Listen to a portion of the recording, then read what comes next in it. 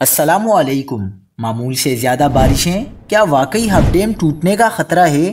وابڈا نے بڑا بیان جاری کر دیا۔ کیا آپ حالات حاضرہ سے آگاہی حاصل کرنا چاہتے ہیں؟ خبر کے پیچھے چھپے اصل حقائق جاننا چاہتے ہیں تو ابھی سبسکرائب کیجئے جلمل پاکستان کو اور ساتھ ہی گھنٹی کے نشان پر کلک کر دیں۔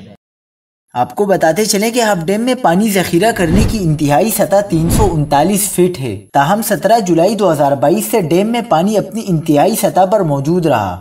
گزشتہ رات ہب ڈیم میں سطح آب 342 سے 343 فٹ کے درمیان تھی۔ یہی وجہ ہے کہ سپل ویز سے پانی کافی تیزی سے خارج ہو رہا ہے اور ندی میں سیلابی صورتحال ہے۔ سپل ویز سے پانی کے اخراج کے باعث ہب ندی کے اطراف کی آبادیوں سے لوگوں کا انخلا کرنا پڑا تھا۔ ڈیم بھر جانے کے بعد یہ سوال بھی اہم ہے کہ کیا اب شہریوں کو پانی نلکوں میں ملے گا، اور یہ بھی کہ کیا اب انہیں ٹینکر مافیا سے نجات مل جائے گی۔ وابڈا کے جی ایم پروجیکٹس کا کہنا ہے کہ ہب ڈیم مکمل طور پر محفوظ ہے۔ ڈیم ٹوٹنے کی خبریں بے بنیاد ہیں۔